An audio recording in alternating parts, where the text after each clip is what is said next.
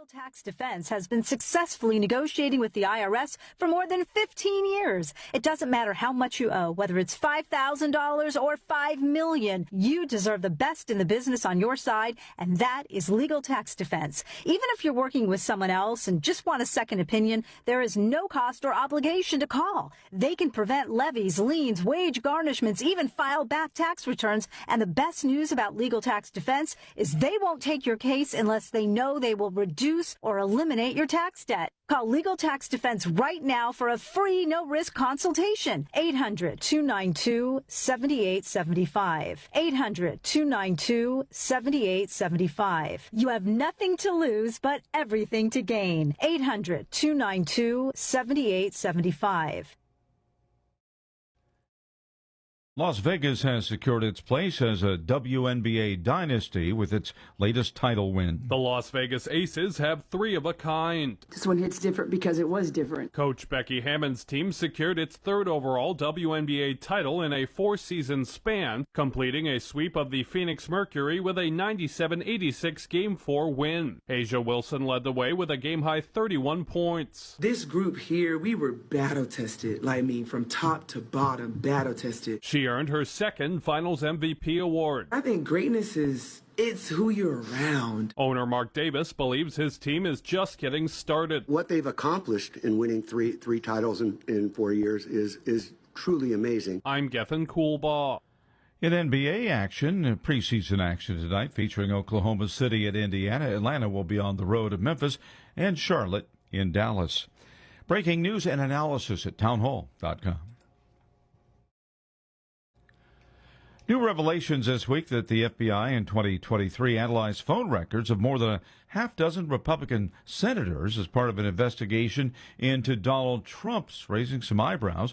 Eric Trump, executive vice president of the Trump Organization, says his father's enemies took aim at him just about every way they could when he announced he was running for re-election. That's when they took away his First Amendment rights. That's when they silenced him and censored him from every social media channel. You couldn't find Donald Trump on YouTube.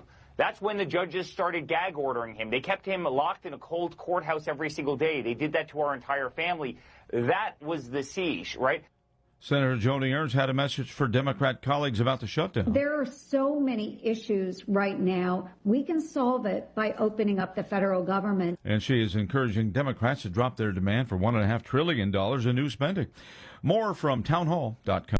I am a non-attorney spokesperson representing a team of lawyers who help people that have been injured or wronged. If you've been involved in a serious car, truck, or motorcycle accident or injured at work, you have rights, and you may be entitled to money for your suffering. Don't accept an offer you get from an insurance company until you talk to a lawyer. And we represent some of the best personal injury lawyers you can find. Tough lawyers that will fight to win your case. And they're so good they stake their reputation on it by only getting paid if you win. So if you've been in a serious car, truck, or motorcycle accident or hurt on the job, find out today for free what kind of compensation you may be entitled to. Call the legal helpline right now. 800-257-3148.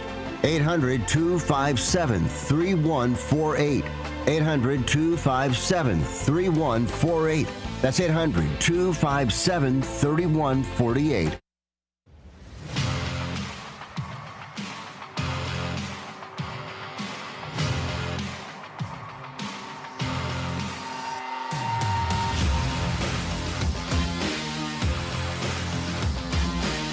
Welcome in, everyone, to another AM 1410 WRMN River Media Sports Network Saturday.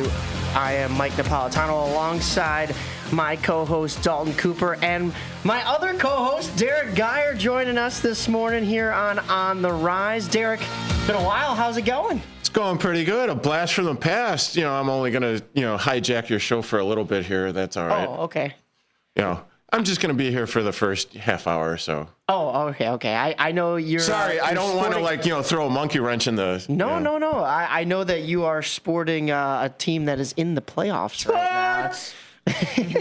That is by far my new favorite thing, by the way. I love it. I love it. Everyone else is doing it. So I was like, I'm just going to let everyone else do the whole sports. Yes. And, so, yeah. Well, you started it, man. You started a revolution. If that's what I think that's what I call it.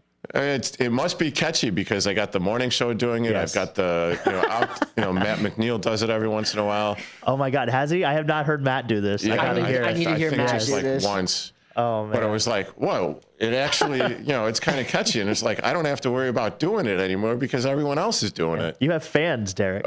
We're fans of the sports. Get out of here. Oh man! But no, thank you for joining us. Oh well, thanks for having me. I mean, probably the main reason why I was in here is because I was dropping off, the equipment last night because I was doing the color commentary for the Whippers game, Hampshire Whippers, last night out there in Hampshire, as they actually defeated the McHenry Warriors last night on a last-second field goal. So that was pretty exciting. But also the other reason why was because we're going to be doing another WRMN Bears tailgate out there at Newman's Corner Pub for the Bears Monday night game against the, the Washington Commanders. So, yeah. Yeah, you mentioned last-second field goal. That was the last time we saw the Bears, too, actually, was a last-second field goal to get the victory over the Raiders, which let the Bears sit at 500 going into the bye week. So it's been a little bit of a slow week coming out of Hallis Hall and, the Bears season. Not a whole lot of news to report, but you mentioned a Monday night prime time game against the Washington Commanders. And we talked a little bit about it last week. That was the game where last year the Bears, they let that Hail Mary go, and all of a sudden... the Fail Mary? The season goes from... riding okay to all of a sudden, was it 12-game losing streak? 10. 10. Yeah. That's not what you want to see. That was what kicked things off in the loss column for the Bears heavily last year. So hopefully that is the reverse this year. You said Newman's Corner Pub. You guys have been there before. Yep. What can you expect for people that are coming out for this? So it's going to be myself from Big Top. I was looking at settings. I thought he was going to do it himself. No, okay. So it's myself from Big Top Sports. Thanks, Mike. I appreciate it. Get the pity sports out of there. Then it's going to be the guys from Blow the Whistle. So you got Tyler Butterball Buterbaugh. What a mouthful, David. by the way. Every time I hear it on the radio, and I'm like, man, that's a mouthful. It really is. And then you got David Double D Dykstra, Nick Johnston. He'll be there, I believe. We've got the guys that were just on air here from Fantasy Football Blitz, David Tees and John Payne. They'll be joining us. And maybe some surprises along the way. Nice. Looking forward to that. But you could also say that that Fail Mary game was also maybe the turning point for the Chicago Bears. Yes, I mean, I don't think we are sitting here and talking about this Bears team if it wasn't for that giant of a wake-up call. And unfortunately, it had to be a wake-up call like that. But I know you and I were breaking it down all throughout last season that it was just disappointment after disappointment and coaching change after coaching change. And we may be finally in a position where this Bears team is headed in the right direction. We saw a little bit of shakiness during the start of the season. I don't know. But 2 wins going into the bye week to get back to 500. Fresh, clean slate, right? Sure. And the way that I want to, preface it was, the reason why I'm saying it was like a turning point is because you already mentioned it. The coaching change after coaching change after coaching change. I mean, okay, so they fire Shane Waldron. Yeah. Okay, that was good because he was absolutely a smurf there. And then, something that they also hadn't done in any of their seasons ever was the fact that they got rid of Eberflus. Yep. So, that was also a good thing, which set everything up for this year with the revamped coaching staff and the hiring of Ben Johnson, which reportedly he wanted to come to the Bears last season. Would have been nice. Would have been nice. Would have been nice to start out with fresh new quarterback, fresh new head coach. But we still have a problem, if you ask me, because Kevin Warren got an extension. So we still have an issue there. And the other thing I wanted to talk about, too, because I totally forgot about this because I spent a week in Spain when this game happened, after this game happened. But how Mr. Big Pockets over there. That's right. I wasn't talking with you about this last week. I was talking with Nick. How in the world the Bears literally, I think their average starting field position through 3 quarters was like, I don't know, the Vegas 38-yard line. how in the world was that game even close? Because I don't know whether to take it as like, oh, okay, in years past, the Bears would have blown a game like that. You know, they would have found a way to lose that game instead of finding a way to win that game like they did. But oh man, that was so infuriating. Like the whole first half of that game, it could have been what, 28 to 6 at halftime, 28-14 at halftime. And the fact that it wasn't, it drove me up the wall. And speaking of driving me up the wall with the fly, but anyway, we got him. We did get him. I got him. He's toast. Yeah. Oh wait, he's still moving. He's still moving. I just don't know how you guys felt about like that whole situation, and you know that, like I said, I had a chance to sit on it for a week. I think I'm still upset that it even happened, and I'm trying not to be pessimistic, but again, same point in time, they still won the game. But man, that like the growth that we keep talking about, that is a game where like, okay, that's a game where you should put it to bed in the first half because of all the things that went your way. Games don't normally happen like that, regardless of who you're playing. No, that's for sure. Well, especially with Mad Max doing his thing. Oh yeah, you know, the pass deflection and the interception, one man defense. Yeah. I mean, but I see where Caleb was going because he had a clear throwing lane, and then all of a sudden, Mad Max was just like, nope, no. I'm going to go gadget arms, and then he's just blocking the pass and getting the interception and taking it another 40 yards down the field. I think it's going to be interesting to see this team after a bye. I think that's where we'll see the growth. If they look good after a bye, they lick their wounds. If for all intents and purposes. They obviously, like I said, they still won that game against the Raiders, but the way they won that game still has me a little concerned. So if they come out, even if they lose this game, but they're still competitive, if they lose on like a walk-off field goal or something like that, okay, fine. But like just to see that growth, you're definitely going to see a step up in competition this week. I'm curious to see how they respond. There's still some glaring holes, no doubt, with this team. I can't run the football. I talked about that a little bit last week with Nick Johnson. Ask the Chiefs how that's going. Also, it is. That's why I say this is such a pivotal game because of the fact that it's coming out of the bye. Can you get to over 500, which you haven't been for almost a whole calendar year? And can you do it against a team that it all fell apart against last year? So, I mean, it's fitting. I mean, the schedule makers won this one, right? The storylines are there for the NFL. No, I'm kidding. Hey, first two picks, too. Remember, the top two quarterbacks in that draft class, Caleb and Jaden Daniels. That's true, too. Yeah. So, I mean, you've got two future faces of the league going against each other once again, which is how it was hyped last year, and I think both quarterbacks showed out. But the offensive line for the Bears last year kind of looked like that fly, just hanging on for dear life. And hopefully this year, sorry, little buddy, we've seen better from that offensive line, and we've definitely seen more time and better plays from Caleb, especially with this offensive coordinating from Ben Johnson. So I'm excited to see what happens, and like I said, this is a must-win game for the Bears. I mean, there are a couple on the calendar that you could chalk up as, all right, those are playoff teams. We're not quite there yet, but this is a must-win game for the Chicago Bears, just like the divisional games, and we saw how they dropped the first game of the season, which was also on Monday night, which was also the other Newman's Corner Pub event against the Minnesota Vikings and J.J. McCarthy, and that was another game where, Dalton, you talk about you had it locked down for the most part. You had a decent lead, and then it just all fell apart in that second half. So if the Bears can play a full 60-minute game, too, I think that's another key to success here. And that was the other thing, coming off of, or at the beginning of the season with the Minnesota Vikings, because I was chomping at the bit to see how good or how bad the Bears were. And they were actually pretty good for 3/4 of the game. Right. Now, you go into this game, you're coming off of the bye, you have the week of preparation and all that fun stuff. How are they going to come out and play this game? Because there's quite a few, well, I want to say 3 storylines here. You have the redemption game for Tyreek Stevenson. Yes. Coming off the Fail Mary. Then you have Ben Johnson, who is obviously the first-year head coach. He doesn't, he's already said it in the press this week that he doesn't care about last year because he wasn't here for that Fail Mary. Right. And now you have, the storyline of Jaden Daniels, who is hurt, was playing last week. Looked great. Looked good. Yeah, looked real good.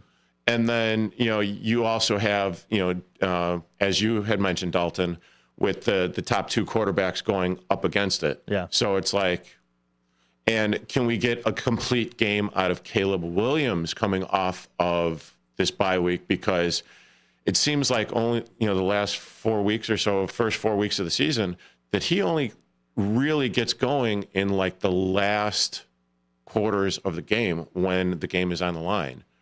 Yeah, you'd like to see that dominance a lot earlier for sure. So the way I've seen it, it seems like he does well in the beginning of the games when it's scripted, and when it starts to get farther and farther away from the script, the defense starts to make a little bit of adjustments. That's when you start to see him have a little more trouble. And I think I don't know if that's got good point. I don't know if that's got more to do with him not knowing the system fully, or if he has trouble adjusting to adjustments that are made by the defense. I don't know if, and again, that might be that. I don't know if that's up to the coach. You can maybe make that argument too. Like it's up to the coach to make that adjustment. Anticipating the defense making an adjustment and then having that adjustment ready to go. So. But again, it's still early in the season, so maybe that has a lot to do with it too. This is still a younger team. Like the Bears are one of the younger teams in the league, and the Commanders are the oldest team in the league by average age. So that's going to be interesting to see too, as we progress through the season. See, and one of the things that I was going through on my show on Big Top Sports, I believe it was Thursday, that if you actually take a look at the rest of the remaining schedule for the Chicago Bears, I kind of put them at like 9 wins right now, because you have the Bengals, you have the Browns, really good defense for the Browns. Yeah, do you want it in order? Sure, why not? You got the Commanders on Monday, then you have the Saints, the Ravens, the Bengals, the Giants, Vikings, Steelers, Eagles, Packers, Browns, Packers again, Niners, Lions. That's a tough way to end the schedule, first of all. Niners, Lions. There's a lot of division back ending, but, that's typical. Off of that, usually pay extra for that, by the way. Hey, I don't know if the that's Bears another do. story. That's another show. But, off of that read, and I'm kind of, 50-50 on a couple of those games, but there's like 7 or 8 victories right there. Yeah, I mean, should be on paper. And I would tend to agree with you, because I did have this team at 9-8 going into this season, and it's going to probably help that the Bears are playing a lot of teams that are supposed to be playoff contenders or Super Bowl contenders, and they're kind of not. But also, there's a couple of teams that are dealing with injuries. You mentioned the Bengals and Joe Burrow being out, so that's going to give them a boost. But does that give me confidence that they can hang with some of the top teams? Not necessarily. However, if it gets them to 9-8. So be it. Then my prediction was correct. So we shall see going down the stretch if the Bears can hold up their end of that bargain that they didn't know they made with me, but also see if they could capitalize on like you're saying, on paper, what should be about 7 wins or so. Yeah, and looking at Monday too, the Bears have obviously had a banged up secondary. That's kind of been our Achilles heel most of the season outside of running the ball, but it's a different side of the ball. The Commanders right now have 3 wide receivers listed on the injury list. They have Noah Brown who's questionable with a groin, Deebo Samuel is questionable with a heel, and Terry McLaurin is questionable with a quad injury. That's going to help the Bears a lot. That should help a lot, yeah. Deebo being out and also Terry McLaurin. That's they're all questionable, so we know how this league works, right? Yeah, you give those older guys a little bit of rest throughout the week, but and then you're also talking about linebacker. Tremaine Edmonds coming back. Yeah, he is not listed on the injury report, so he should be good to go. They did a smart thing because he was questionable against the Raiders. Yeah, they sat him, right? Another week of rest. So coming back, that should definitely be a boost for the linebacking core of the Chicago Bears and the 100%. Defense, obviously. 100%. And then if Tyreek Stevenson can actually play the way that he's been playing the last 2 games. Don't get complacent in the end zone.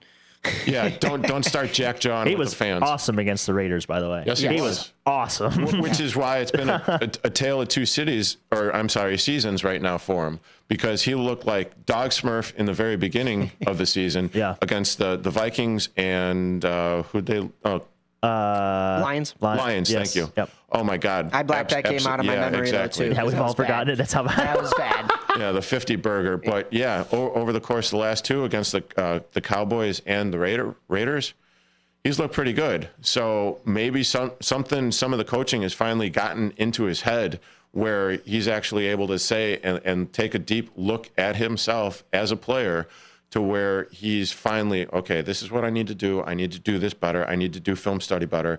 I need to actually listen to what my coaches are saying. I need to listen to what all the other veteran players are saying.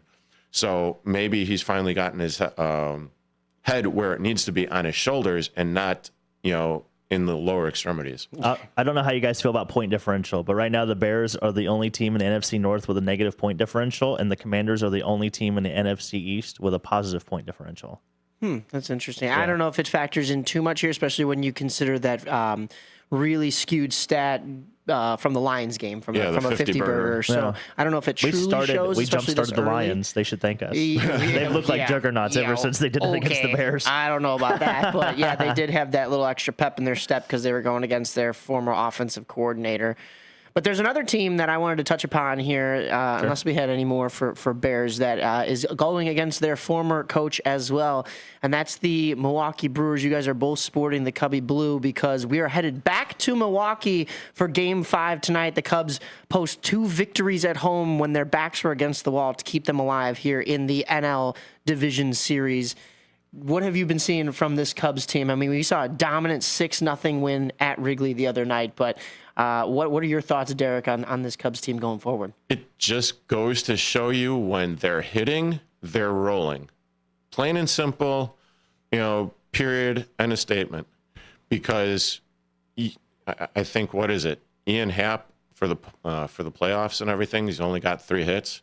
And one of his biggest hits, was that 3-run jack that he did in the first inning. He was 3 for 34 going into that at bat against that. I can't remember pitcher. Was it Quintana, right? Yeah, he was 3 of 34 in his career against Quintana, and then he hits former that White 3. Sox and Cub. Yeah. Jose Quintana. So you got the production from him. Then you actually had Matt Shaw that put together a decent offensive day. So, and then, oh my God. Hello, King Tuck. Where have you been?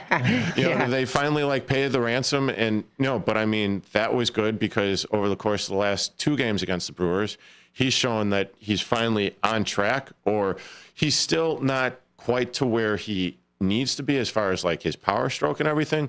But man, when he hit that lefty on lefty home run out there, whoa. I didn't see that coming. I mean, I actually was I thought I was having an out-of-body experience at that point because that was probably one of the better, swings that I've seen him put on the ball in quite some time. Yeah, and to your point, they had 10 hits in Game 4 alone. They had 10 hits combined in the 2 games in Milwaukee. Yeah. The Cubs offense. So we'll see if that allows them to continue doing that, continue rolling like they were at Wrigley, because if they go back to only having 5 hits a game in Milwaukee, I'm not sure it's enough to get them over the hump here in Game 5.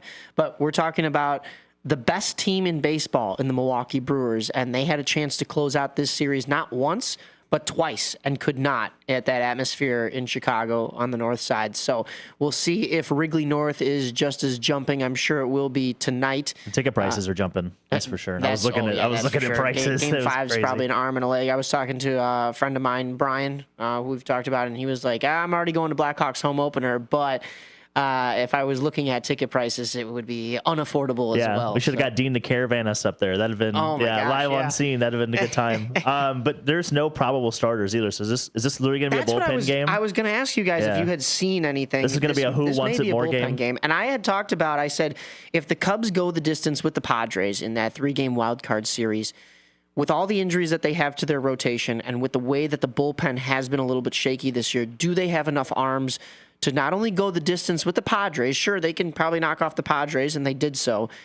But if you try to win in 2 games, because you want to have as many starters and be as healthy and ready to go for Milwaukee. Because if it goes the distance with Milwaukee, I still think that this Milwaukee pitching staff is deeper.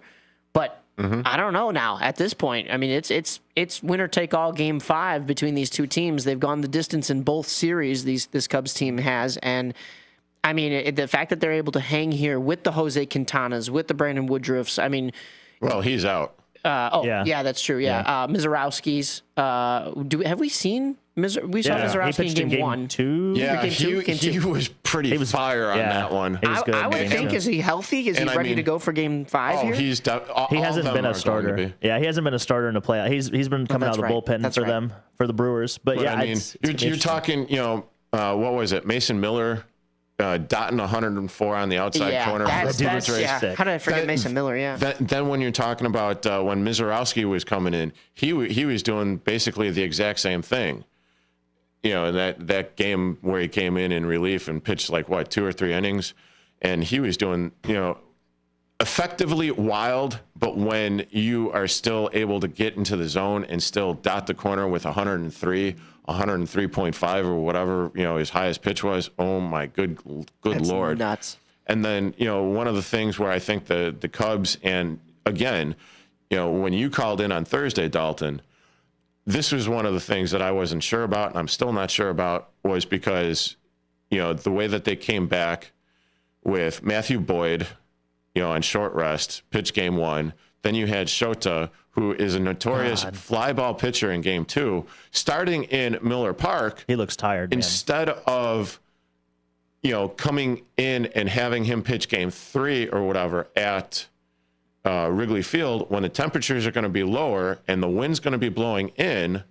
So that kind of was mind-boggling in and of itself for me. But now it's basically all hands on deck. I don't think that you go with Shota as the starting pitcher because he's been, as our friend and of the show, I feel confident in saying it, was trash. Oh, he looks tired, man. He looks like he's just out of gas. That's Tilo, our boxing correspondent, but he's on the hook for a bet. You've got possibly Ben Brown, who I'm not so sure about. You've got Colin Ray. That's the thing. I'm not exactly sure.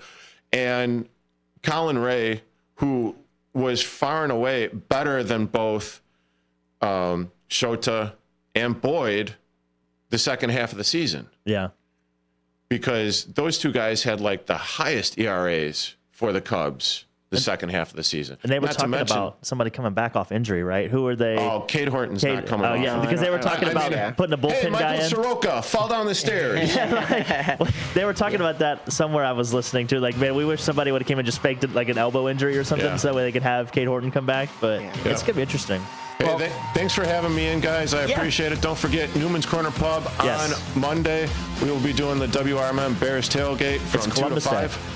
And also Indigenous People Day. Big Top Sports weekdays, Monday through Friday. 6 to 8. 6 to 8. 6 to 8. Yep.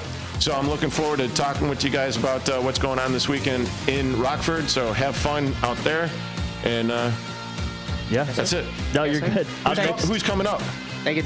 We have Dalton. We got Blake Cowell. We have Blake Cowell coming up. Live on location. Calling in for some college football here, and we'll probably poke his brain about Cubs as well right here on AM 1410 WRMN. You're listening to On the Rise. Thank you again, Derek Geyer, for jumping in. Definitely check out Big Top Sports right here on River Media Network Sports.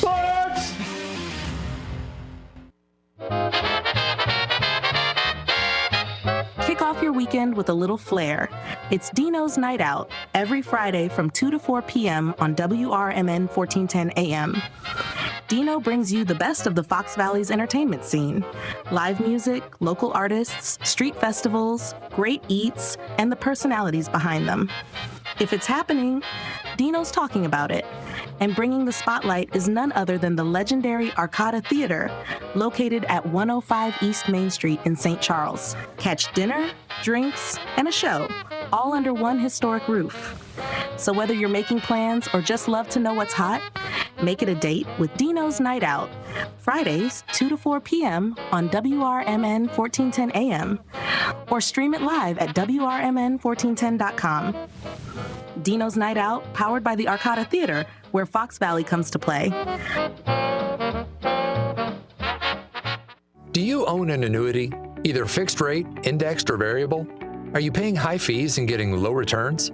If so, Annuity General would like you to have this free book to learn the pitfalls and mistakes of buying an annuity. The Annuity Do's and Don'ts for Baby Boomers contains the little-known truths about annuities, like how to help reduce your fees and increase retirement income.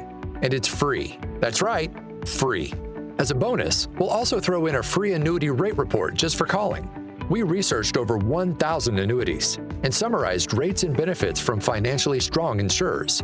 You get Annuity Do's and Don'ts for Baby Boomers and the Annuity Rate Report, both absolutely free for calling Annuity General today. Hurry, supplies are limited. Call now. 800-760-1845. 800-760-1845. 800-760-1845. That's 800-760-1845. When your car is making a strange noise, no matter what it is, you can't just pretend it's not happening. That's an interesting sound. It's like your mental health. If you're struggling and feeling overwhelmed, it's important to do something about it. It can be as simple as talking to someone in your community, or just taking a deep, calming breath when you need it. Nice. For mental health resources, check out loveyourmindtoday.org. At loveyourmindtoday.org, you'll find information that may help you get through a tough time. Things like tips for dealing with stress, how to navigate difficulties like financial worries, anger, substance use, and more. You can also find real stories of how people navigated their own mental health challenges. Because once you start to address the problem, you can go so much further. Visit loveyourmindtoday.org. That's loveyourmindtoday.org. Brought to you by the Huntsman Mental Health Institute and the Ad Council. There's danger out there. It lurks on highways and quiet neighborhood streets. It's more likely to kill you than a shark, and more terrifying than the biggest snake. Distracted driving claims lives every day. Every notification, swipe, social post, video, or selfie while driving risks your life. So while you might think public speaking or the zombie apocalypse is scary, what's really terrifying and even deadly is distracted driving. Eyes forward. Don't drive distracted. Brought to you by NHTSA and the Ad Council. Looking for expert care in orthopedic or spine surgery? Prime Healthcare St. Joseph Hospital in Elgin is proud to offer top programs to our region. With a robust line of treatment options, St. Joseph Hospital specializes in minimally invasive procedures along with an advanced imaging suite to assist with orthopedic and back surgeries. Recognized by U.S. News and World Report as a high performer across multiple surgery types and home to highly trained expert healthcare professionals, St. Joseph Hospital is here for your every surgical need.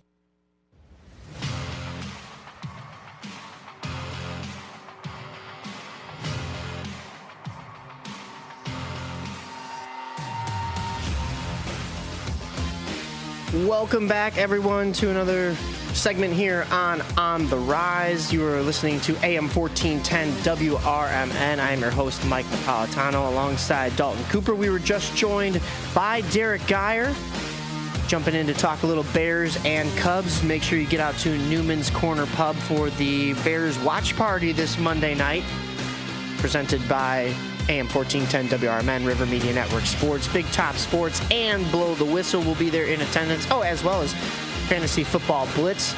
But we're going to jump over into a little bit more football here in just a second. We're going to be joined by Blake Cowell calling in. He is currently watching some college football down at U of I. There's a game today between the Fighting Illini and the Ohio State Buckeyes, Michael. The number one team in the country. Who you should be a fan of, being from Ohio, but instead you went for their rivals in the Michigan Blue, the Michigan Wolverines. Let's take it over to our correspondent, Blake Cowell. Blake, can you hear me? We could. I don't know if he could hear you. I can't hear him. It says on air. Oh, pot him up. Is he there? Maybe. You got the phone line? There we go. I got you. Hi, beautiful. You got me now. Oh, yeah. Okay, there we go. How's it going, fellas? How we doing this morning? Pretty good, pretty good. What is the atmosphere like down there? I know you've attended one of the U of I games already this year, but of course, a huge game against the defending national champions here. It's one of the biggest games I think that this stadium's seen in a long time, man. I mean, the energy is insane. The student section's packed. And with all that being said, too, I talked to a couple of Ohio State fans that came all the way from Germany. Oh, so wow. My God. People traveling from all over the world to watch two top 25 teams go at it. And hopefully the Fighting Illini are play some level of competitive football, because right now they're ranked 17th. And as we all know, the top 12 teams make the CFB playoffs. So they're a bubble team right now, and stacking this win on their resume would go a long way. They've had a strong start to their season. I think that some people, of course, expected them to kind of tread water or do a little bit better than 500. But there's been a lot from this Illinois team that you've been excited to see. And we were talking about it last week on the show with Nick Johnston, that people are starting to see University of Illinois as more of a football school now, how it kind of used to be not just a basketball school as it's been in recent decades. Yeah, obviously when you're in the Big Ten, there's a lot of names that can overshadow you. Ohio State, Michigan. So, there's a lot of schools that obviously have a lot of brand respect in college football, but kind of building off Illinois' success last year, now coming into this year, right here as we know, I'm from St. Louis, so Mizzou and Illinois, both two schools, one SEC, one Big Ten, both get a lot more recognition, but I think a lot of that has to do, too, with consistency and what they got on the team. At least now in college football with NIL, there's always guys shifting around, going to different schools. And Luke Altmaier's been on this team for a while. He's a seasoned veteran in college football and leading this team right now. They're 5-1. And kind of like I just mentioned, their only blemish on their schedule was a blowout loss to Indiana. And right now, that's not looking like a good loss on their schedule. If the committee looks at this at the end of the season and says, well, who'd you beat and who'd you lose to, they're not going to want to see two very good teams smacking around University of Illini. So I think a lot of it has to do with the consistency. Obviously, the coach has built a good program over here, but huge game today. Yeah, and you got to watch out for Indiana as they travel up to Oregon today. I like the Hoosiers. I don't know if they're going to win that game, but I do think they cover the number. But speaking of that Indiana game, Blake, we saw obviously the Illini get the rear end handed to them in that game, 63-10. That's probably the most physical team that the Illini have seen this season. They came off a big win against USC 2 weeks ago. They beat Purdue last week pretty handily. What do you think, in your opinion, do the Illini need to focus on specifically against Ohio State today to come out with a victory? I know that the Ohio State defense might be the best in the country. So is it just like a rock 'em, knock 'em, rock fight, kind of control the line of scrimmage game? How do you see it playing out? I think that's something that the Illini at least have to think about is getting into a knockout scrum. The over-under Vegas thinks they're going to score about 50 points. So, you're looking at a 25-25 game, roughly, if we're at least talking numbers and talking spreads. But at least for the Illini on the defensive side, this Illini team this Ohio State team is stacked with weapons. First of all, Jeremiah Smith might be the best player in the country, best weapon in the country, should be one of the first wide receivers off the board in April when the NFL draft rolls around. But also Cardinal Tate as well. He has over 400 yards this season. Is another weapon the Ohio State Buckeyes utilize. So if you can't stop the weapons, it's going to be a long day. But on the flip side, the Illini are going to have to play keep up. So I'm going to be watching Luke Altmaier and see what his connection with his number one receiver, Hank Beatty, looks like. In football, you would love to establish the run. That's how you can kind of play off your play action, get stuff open down the field, and maybe that'll open up the passing game. So for the Illini to succeed today and at least keep it close, they're going to have to play some level of – you're going to have to play with the Ohio State Buckeyes, and a lot of that is stopping those weapons. And like you said, you're going to have to get in a fist fight because that's how you beat teams that are a little better than you, rough them up. Yeah, we're talking about the defending national champions here. It's almost like David versus Goliath. But David has, in this case, is the Illini, and they haven't looked terrible this year. They've looked like a solid team. Like you said, they're kind of fighting for that bubble spot. As far as I kind of know, I asked about the atmosphere already, but compared to some of the earlier games that you've covered going up to Champaign from you being down in St. Louis, has this rejuvenated the fan base even more? Is it? I'm sure it was always rocking, but like now that there's, we're kind of halfway through the season here. It almost seems are fans starting to realize and students starting to realize that there's a real solid chance that they see college football playoffs at U of I. Yeah, I think last year was a good building block off that. They played in a bowl game, and college football, that's a big deal. Anytime you get the fans traveling across the country to play in, I'm not going to say a meaningless game, but a game that doesn't count for like a championship. Of course, being the Pop-Tart Bowl champs is cool for about 2 weeks, but being national champs is a little cooler. So, we're in a spot right now with the Illini where, I think people are catching on. People are realizing, we're 30 minutes from game time. I'm currently watching both the teams get warm up, and this place is already packed. So, fans are ready to roll. Everyone's kind of on the edge of their seat, ready to watch this game. It's on to the Illini now. And for a small little town out in Champaign, this is the second time Big Noon Kickoff has already been here. They were here for USC a couple of weeks ago. The Barstool pregame show was here with Dave Portnoy and some of their crew. So, they're getting that national attention. So I think it's safe to say, Illinois they're not really flying under the radar anymore. They're getting some of that respect and starting to happen on a national scale now. It seems like they have a little bit easier of a schedule if you look past today's tough matchup against Ohio State. You get Washington next Saturday. You get Rutgers on November 1st. You get Maryland on November 15th. You get Wisconsin on November 22nd. And then you close out the season with your, Illinois rivals in Northwestern on November 29th. That's a game of all 5 of those games, of course, are to be determined because Illinois has put themselves in a position where they could be putting themselves on primetime television. All of those teams are not ranked. So it seems like an easier back half of the schedule. Like I said, we're at the halfway point today. Literally marks the halfway point. Illinois is 5-1 going into this matchup against Ohio State. And if you include today's 11 a.m. start time, you've got 6 games left on the season. Do you see the Illini getting the better of the majority of those matchups throughout the rest of the season, so long as they can, or I guess regardless of what they do here today against Ohio State? Mm-hmm. Yeah, I mean, in college football, obviously nothing's ever promised. Everyone's out here competing. It's an electric atmosphere wherever you go. Obviously, today you got to play it close, and if you can win, then awesome, even better. I think the one game you have to at least raise your eyebrow at for the Illini, it would be next week at Washington. Yep. You got to travel across the country. That's never easy on a team. I mean, as easy as it sounds to go on a plane and then go play a football game, there is some jet lag and time that goes into that. So, I mean, that could be a potential trap game. But as far as that goes, I mean, if you could stack some wins down the stretch, you're at least going to be put in a good position to make the playoffs. There's other teams around college football, too. I mean, we've seen how Arch Manning has it panned out, how we initially thought. I mean, Drew Aller and the Penn State Nittany Lions, they lost to UCLA last week. So, I mean, it's a week-to-week sport. It's a week-to-week game. And right now, I think the Alliance got to focus on playing competitive and showing that they at least belong on the same field as some of these top 12 teams. Now, I know you're talking Illini football for us today, but I know at heart you're a Seam head. So tell me, what did the Cubs have to do to win Game 5 in Milwaukee tonight? Say what the Cubs need to do. You got to play with your hair on fire. You came down from 0-2.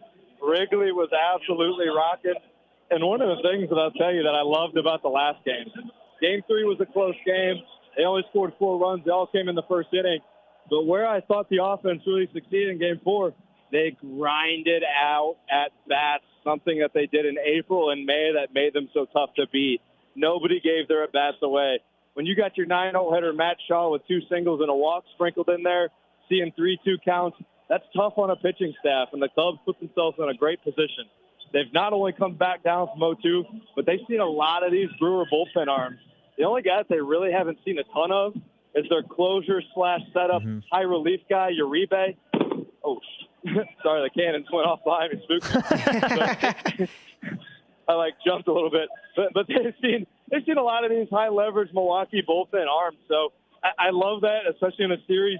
As you see it go on, you see your efficiency and your effectiveness against those relievers go down because you're seeing the same guys. You know, they've now played 5 games against each other in a span of a week. So I feel confident tonight, so I'll give you that. If you want a prediction, I think the Cubs win. I think they matched up really well in this game. Oh, wow. I think Michael Busch has been the MVP for the Cubs so far this playoffs. Mm-hmm. He's got to set the table. But it's going to be a chess match. Craig Counsell has a chance to go in Milwaukee, take his $8 million from the Cubs, and also bounce his old team from the playoffs in just year 2 of being the Cubs manager. We were talking about this a little bit with Derek Geyer, and apologies to Cubs fans because this Cubs segment is going to get split between these 2 segments a little bit, but we wanted to get your take on it, being our Cubs correspondent, and then, of course, Derek's take on it, being here and being a Cubs fan as well. I mean, Milwaukee and the Cubs, Chicago and Milwaukee, have never faced each other in a playoff series, and I think a lot of fans were chalking things up, or at least on the Brewers side of things, when it was 2-0 going to Chicago after 2 wins up in Milwaukee. And I think everybody in their minds kind of thought, with only 5 games separating these 2 teams in the regular season, you're looking at rivals that definitely want that notch on their belt that, hey, the very first yeah, you're hearing the music in the background. These 2 teams, since they've never played each other in the playoffs, they want those bragging rights that, hey, the one and only meeting that we've had against each other in these playoffs, we took it, right? So the Cubs climb back here. The Brewers, though, they're 76-24 in games when they record 8 or more hits. So I think one of the big keys to this Cubs roster is limiting that Brewers offense that has been dynamic and downright dangerous all season long. The Cubs kind of did that in Chicago, definitely in that second game. You mentioned that first game at Wrigley was a nail biter, but now the series is anybody's game. We're looking at probably a bullpen game here because no starters have been named on day of. So do you think that the Cubs' arms, we talked about this a little bit with Derek, do you think that the Cubs' arms are going to be able to hold this Brewers offense in a Game 5 here if it is indeed a bullpen game? Yeah, I would say this. From everything that I've gathered and some connections I do have within the organization, other people that have just spoken on it, I would expect this to be starting with Colin Ray. I think that's where this thing kind of begins. Former Milwaukee Brewer has been on a hot streak. But yeah, it's going to be a bullpen game. And one of the big reasons why the Cubs won Game 3 and 4, they scored early and their starter was able to get them into the fourth inning with some level of confidence. Like in Game 1 and 2, Matthew Boyd and Shodi Managa, they were roughed up from the jump. But not only did the Cubs win at home, that was a big piece of it, they had the lead going in the fourth inning. So what does Craig Counsell do? He says, okay, I'm going to bring in Daniel Palencia, my flamethrowing righty. I'm going to play the matchups with my lefties, Drew Pomeranz and Caleb Thielbar. I'm going to attack a guy like Bryce Terang. I'm going to attack a guy like Christian Yelich. Christian Yelich has got on base a lot this year, but they've really neutralized him in the power department. Same with Bryce Terang. That's why I think they're going to start with a righty, whether that be Colin Ray or a guy like Ben Brown. The only way I think the Milwaukee Brewers beat us tonight is if they beat us with a long ball. Something they don't do a ton of. Something they did do in Game 2, and I think that's why that game got away from them. You got to neutralize Jackson Chourio, and you got to neutralize William Contreras. I think that's where Colin Ray plays a big part. I think that's where Daniel Palencia plays a big part. You got to get those righties out that can really pop it out of the yard. The Cubs have hit a lot of home runs this series. The Cubs are going to win, grind out at bats, manufacture runs, but also knock a couple balls out of the park for us, too. I mentioned that I thought that if the Cubs had to go the distance with the Padres and also with the Brewers, that they may not have the arms to do so. But I didn't take into consideration the flip side of that coin is, you go the distance, some of those arms are back healthy and they're back ready. So some of those guys that may have had struggles in the first 2 games of this series, they might be ready to go now again, and hopefully they have a different outing style in Milwaukee today. It's going to be a tough one, and it's a 7:08 first pitch. We'd be remiss to mention that the Brewers have made the playoffs a number of times in these past couple of years, in fact being one of the top teams in the league each year, and have yet to win a playoff series. So if this Milwaukee team chokes again, especially on such a high stage against their rivals to the south, that would spell disaster for Milwaukee and Brewers fans who have seen this team become the best team in baseball. Yeah, they're in a familiar spot. When they went up 2-0, they were quick to flood my mentions on Twitter and Instagram and remind everyone that they're up 2-0. And now that it's 2-2, they've kind of disappeared on me. I don't know where they went because they're lifetime losers. They've never been to a World. They've never seen a World Series. They've never been to a World Series. And hey, if there's one nice thing I can say about the Brewers, they're playing with a chip on their shoulder. They're doing a lot of it for Bob Uecker. We're all on radio, man. We know how special Bob Uecker was, especially for baseball. So I will give them credit. I love that aspect of doing it for you. But unfortunately tonight I'll be rooting for the Cubs, as you guys know. And if they do win, tune in to Twitter. My bookmarks are full. Nice. I have a full book. Nice. Well, Blake, I know kickoff is just underway here in a second between Ohio State and Illinois, but one quick question I will leave you with. If the Cubs do make it past the Brewers tonight, I know it's always a tough thing to look ahead, but we're not back on the microphone until next Saturday. Do you see this Cubs team ready to go against a red-hot Dodgers team that we all know turns it on just for the playoffs? They eliminate the Phillies in, I guess you could say, dramatic fashion. I thought that was going to be a lot closer of a series. Do we see it kind of playing out like this Milwaukee series where maybe the Cubs aren't ready to go in the first couple games, but they find their arms late in the series and pull one out against the Dodgers to make it back to another World Series? Yeah, I'll give you my short answer. I think that the Cubs match up a lot better against the Dodgers than they do against the Brewers. And a lot of that has to do with the Brewers don't swing and miss a ton. They don't chase. That's where a lot of these Cubs starters have ran into trouble. Matthew Boyd and Shota, they feast off guys that'll chase out of the zone because they don't throw as hard. They're both 90-mile-an-hour throwers. I think they can get away with a lot more of that with the Dodgers. Getting Cade Horton back would be huge. Not looking ahead till after today, but I like how they match up against the Dodgers, yeah. Awesome. Well, thanks for joining us, Blake. We appreciate your time, and go Illini. Yes, sir. Go Illini, go Cubs. You guys have a good day. Thanks, you too. Yes, sir. Thanks, Blake. Bye.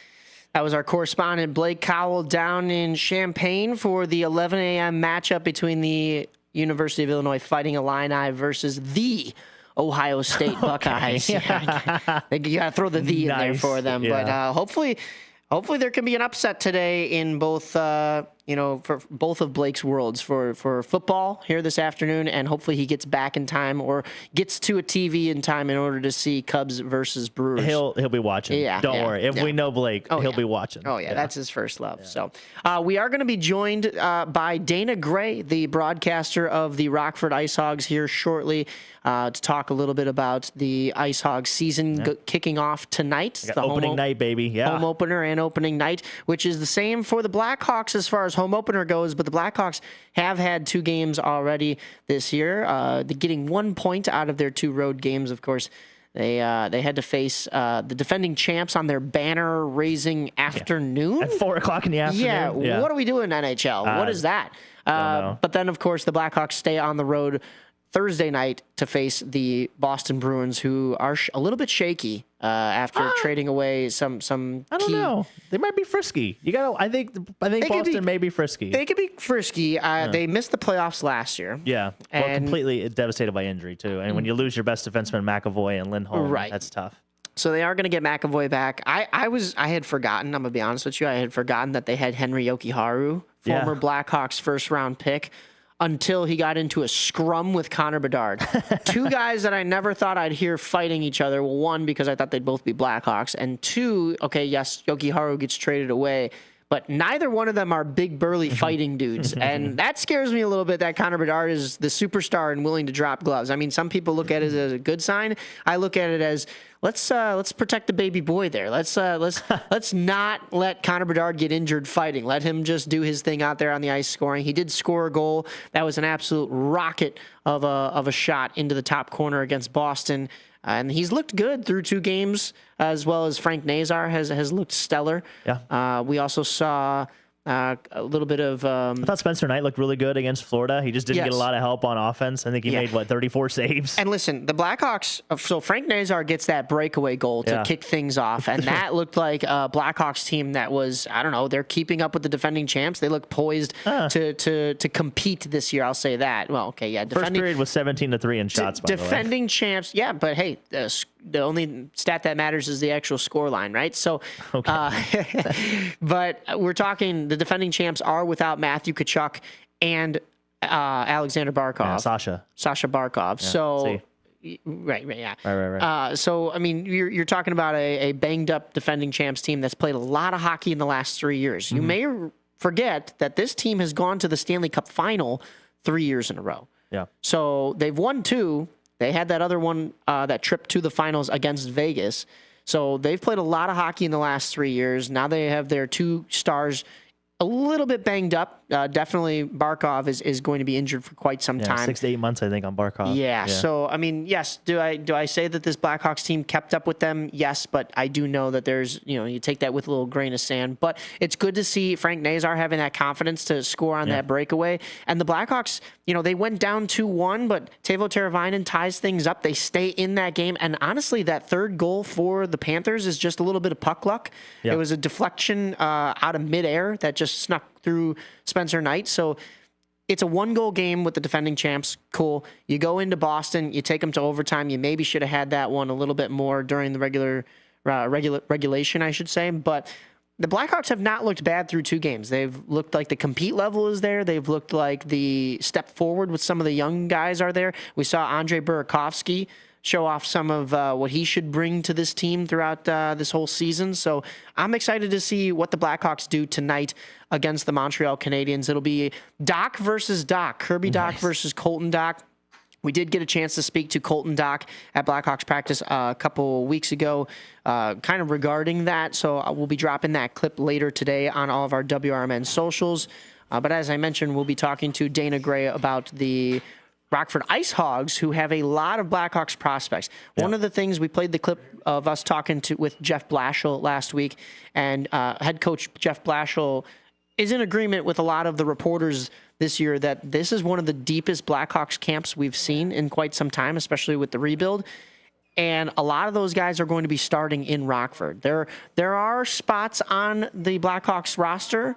However, you'd rather have a little bit more of that veteran presence and get these guys developed a little bit more before they come up and have to try to win at the NHL level. You don't want to kill their confidence by losing a whole lot.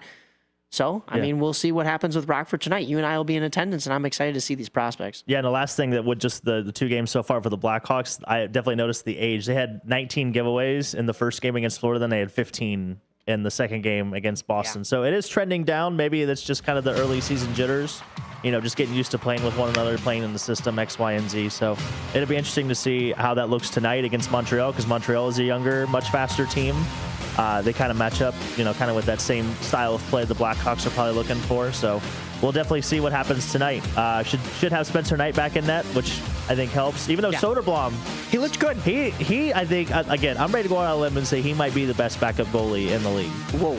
Yeah. Okay. We'll have to study that closely. Practice. Yeah, I was going to say, keep your eye. He might be a good asset that we could have in the future. He had a bounce-back year last year after a rough first year with the Blackhawks, but I would be very pleased if that carried over and improved even so here in year number 3. So we'll see. Drew Comesso is still down at that Rockford level, so we'll see what happens with him. You're listening to AM 1410 WRMN. This is On the Rise. Up next, we'll be speaking to the voice of the Rockford Ice Hogs, Dana Gray, myself, Mike Napolitano, and Dalton Cooper, River Media Network Sports. At Britain's Touchless Car Wash, they know life gets busy. That's why they're here 24/7 to keep your car looking spotless, fast, and easy. Their advanced brush-free wash technology delivers a sparkling clean without a single scratch, because they treat your car like it's their own. Here's the best part. Right now, you can get a free car wash just for joining their text club. It's simple. Just text BRITT to 30400, and your first wash is on them. Britain's Touchless Car Wash has 2 convenient locations, 1923 Larkin Avenue in Elgin and 555 Willow in West Dundee. They're proud to keep your car clean while giving back to our community. Text BRITT to 30400. That's BRITT to 30400. Now for your free car wash, and see why Britain's Touchless Car Wash is the fast, gentle, and reliable choice. Your hometown radio station since 1949. We are WRMN AM 1410. Elgin time, 11 o'clock. Breaking news at Town Hall. I'm Bob Agnew in Washington. Israel and Hamas have agreed to pause fighting in Gaza to release the remaining hostages in exchange for Palestinian prisoners. Heritage Foundation military analyst Brent Sadler says things are starting to move in Israel's direction as far as the public relations mood goes around the world, despite some of those demonstrations you see supporting Hamas. Despite what you see in the streets of London, Paris, and Chicago and New York, for pro-Hamas kind of agitators, the real winds of change are moving in the direction of peace in a more liberal and free societies, and I mean in the democratic sense of that. And I think that's good for Americans, and it's certainly good for the hostage families. In Tel Aviv, the families of the remaining hostages celebrated, crying tears of joy when the deal was announced. Eric Trump, executive vice president of the Trump Organization, says his father's enemies have tried seemingly just about everything they can to stop him. They wanted to arrest us. They wanted to bankrupt us. They wanted to take us down. They were stripping us off of the ballots of states in this country, using justices to subvert the will of the American people. That was their plan. And when all of that failed, they tried to kill my father in Butler. We all watched it on TV. I had my kids on my lap and then a month later or 2 months later, they tried to kill him again in Palm Beach, Florida. President Trump gets a clean bill of health. We get more on that from correspondent Ron Taylor. President Trump is in exceptional health, according to his physician who evaluated him Friday. The president underwent a checkup at Walter Reed National Military Medical Center. The visit included lab tests, preventive health assessments, a flu shot, and a COVID-19 booster. Navy Captain Sean Barbella, the president's doctor, says the evaluation was part of his ongoing health maintenance plan. The assessment helps prepare the president for upcoming overseas trips to the Middle East and Asia. Ron Taylor reporting. More on these stories at townhall.com. Wesley Financial Group is not a law firm. Hi, I'm Chuck McDowell, the timeshare cancellation guy. In 2011, I founded Wesley Financial Group with one goal in mind, to help honest folks out of their timeshares permanently. Today, I run Wesley with my two sons, a real family business, treating every client and every employee like we'd want our own family treated. That philosophy has helped us grow into the largest, most trusted timeshare cancellation company in the United States. Fortune magazine even recognized us as one of the best places to work. Why? Because we genuinely care. In fact, some of our former clients were so moved by their experience working with us, they joined our team so they could help others to timeshare freedom. If you're stuck in a timeshare, give us a call. Let our family help your family. Call Wesley now for your free timeshare exit kit. 800-226-5454. That's 800-226-5454. 800-226-5454. This past week, the Washington Post editorial board, normally liberal-leaning, questioned Democrats demanding an extension of costly COVID-era Obamacare subsidies as the price for ending the government shutdown. Economist Steve Moore says that Obamacare simply moved the health care system out of the private sector into the hands of government. It was just moving the system out of the private sector into the government. So now taxpayers are paying a much, much larger share of the bill. It's not health care is less expensive, it's just who's paying for it. And when you're running a $37 trillion debt and a $2 trillion annual deficit, what the Democrats are saying is they want to move more and more and more people into Obamacare, into these subsidized plans. The Washington Post editorial board wrote in explanation, the real problem is that the Affordable Care Act, Obamacare, was never actually affordable. Breaking news and analysis at townhall.com.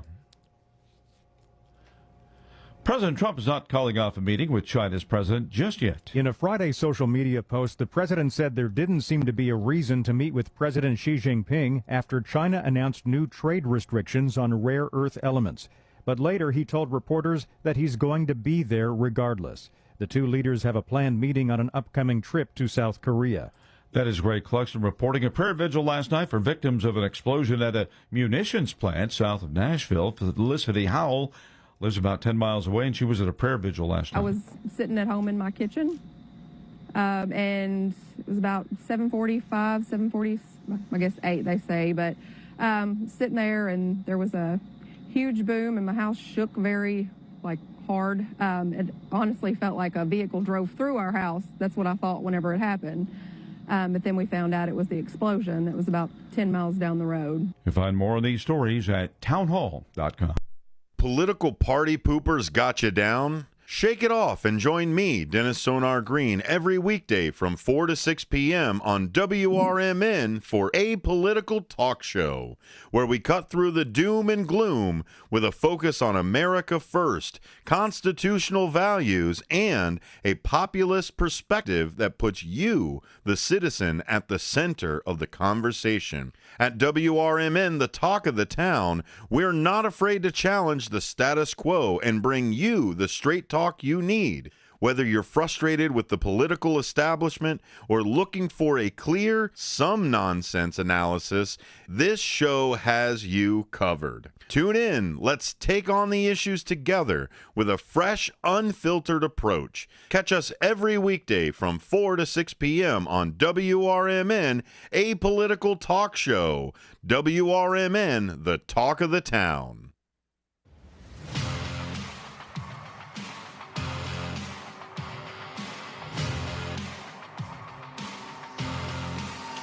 Welcome back to AM 1410 WRMN. You are listening to On the Rise. Myself, Mike Napolitano, and Dalton Cooper. And we are now joined by the play-by-play broadcaster and the manager of broadcasting communications for the Rockford Ice Hogs, who are the AHL affiliate of the Chicago Blackhawks.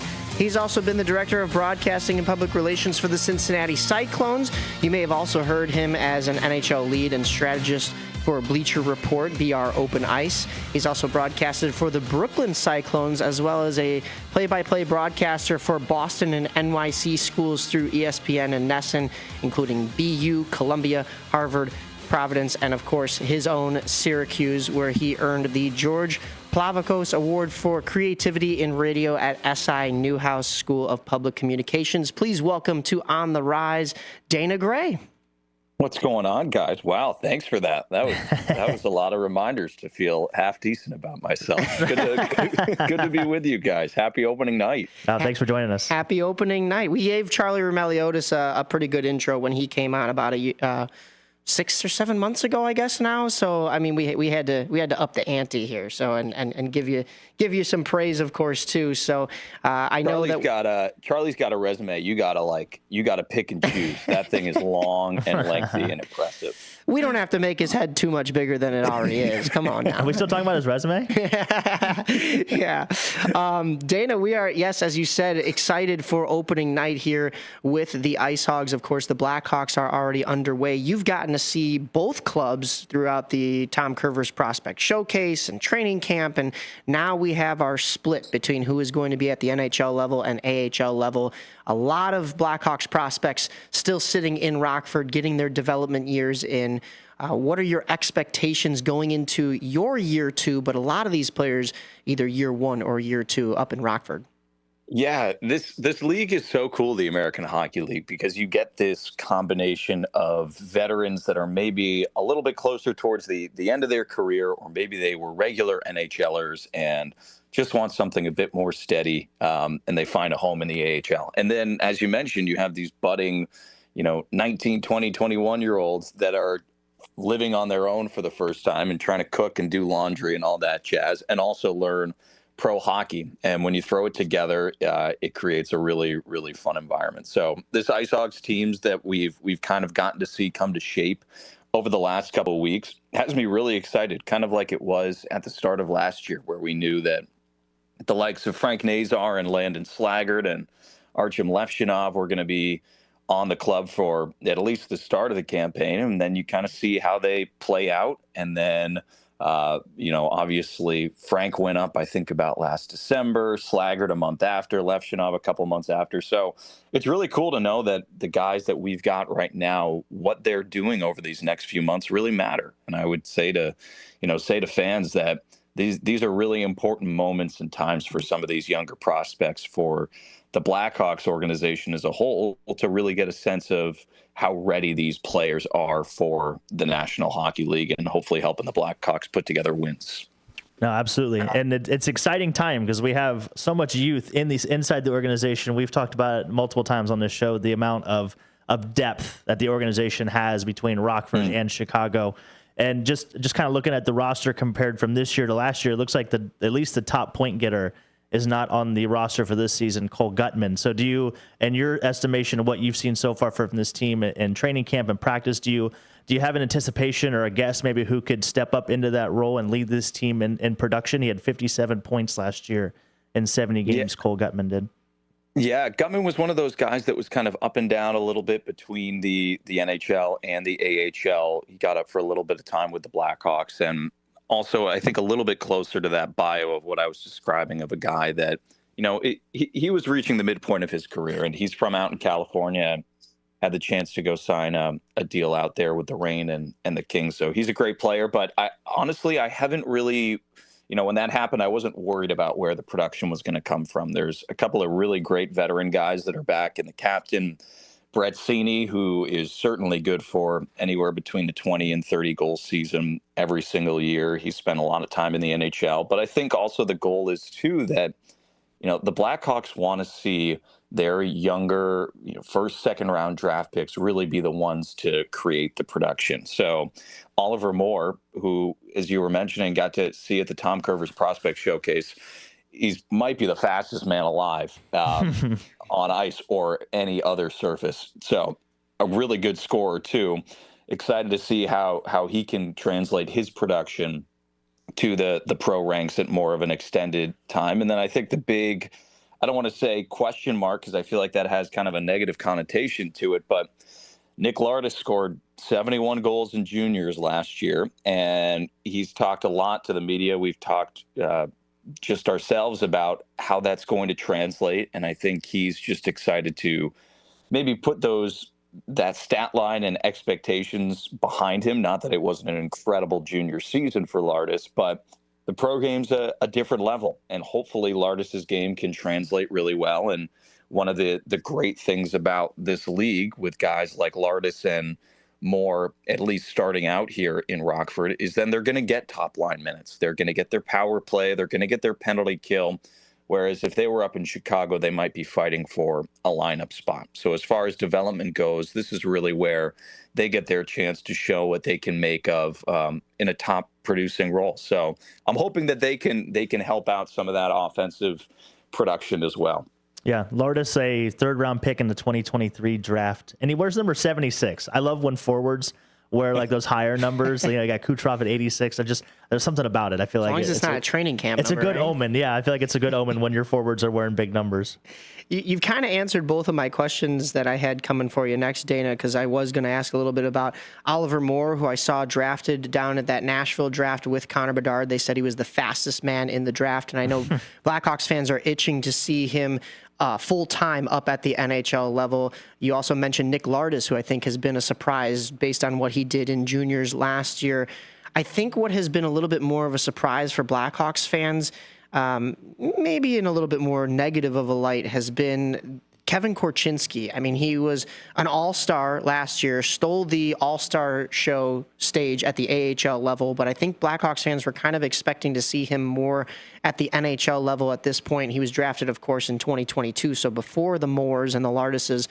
But, you know, his development has been there at times, and there is a really deep pool of defensemen here for the Chicago Blackhawks team. You talk about Alex Vlasic up at the NHL level. I know he was kind of injured to start the season, but even on this Rockford lineup, you've got Ethan Del Mastro still sitting in Rockford, as well as Nolan Allen. So where do you see Kevin Korchinski's trajectory throughout this season? And do we see him back up at an NHL level? There was also speculation that he could be maybe some trade bait for the Blackhawks if they needed to make a move, but I really have liked his game, especially on the offensive side, being a defenseman, you know? Yeah, he's an uber talented player that is also got a fantastic work ethic, as all three of those guys that you named in Del Mastro and Allen and Korchinski. And yes, while they may be starting at least in the AHL this year, or Del Mastro obviously got a game in this past week and now is joined Rockford. We were talking with Kyle Davidson, Charlie and I, actually during the prospect showcase, and asked him a lot about how he views Rockford and the AHL and what he would tell to fans when a player does get assigned to the American Hockey League.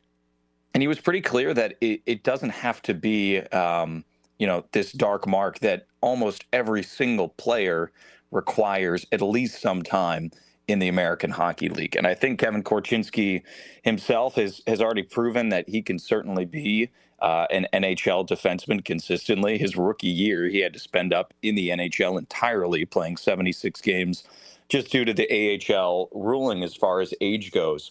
So I think with the relationship that Rockford and Chicago has and how closely watched all the Ice Hogs are when they are here in Rockford, really should hopefully quell some of the fears of Blackhawks fans with a trio like that defensively starting out. You talked about it. It's a really, really deep position that Chicago has done a great job. I mean, there are teams out there that, maybe have had a few more wins than the Blackhawks over the last couple of years in the NHL. But when you look at their future, especially on the defensive side, it's not too green. It's not too positive. Right. And the fact that Chicago is able to make these decisions and kind of a luxury of riches with some of their younger prospects, I think is only a good thing. And of course, we'll look for all three of them to take some strides. They're all a little bit different.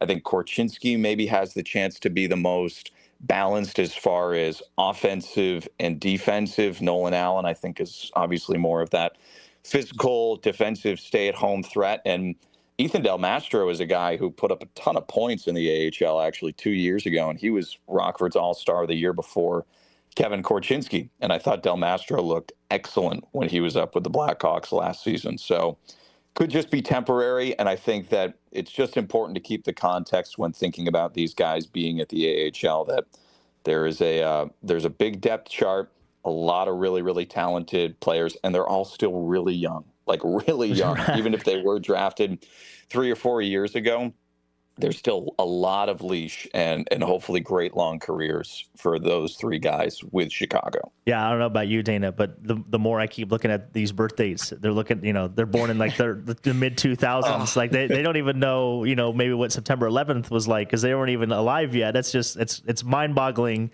And I'm sure you have that same thought. It's just like, wow, time really just starts to fly by. But I don't know if you'll be able to find a bigger Soderblom homer than myself, but I did get a chance to check out some of the goalie practices when I attended one of the practices. And Drew Comesso looked really good too. I liked when he was working with Soderblom and the goalie coaches in that time in practice. But he spent obviously last year down in Rockford, and you guys open their season tonight against the same team that unfortunately we lost 3 straight to in the Calder Cup playoffs last year in Milwaukee. So I know Drew was kind of the mainstays of that team last year. Is there anything that you're looking forward to this year as far as like from a growth, aspect from Comesso? I've just trying to get inside his brain a little bit. He's probably got to be a little bit bummed out when the Spencer Knight deal happened, just because of the age and he's putting in his time to maybe get into that NHL roster, and that probably doesn't obviously help him. So just kind of what you expect from Drew Comesso this year and how far he can actually take this team.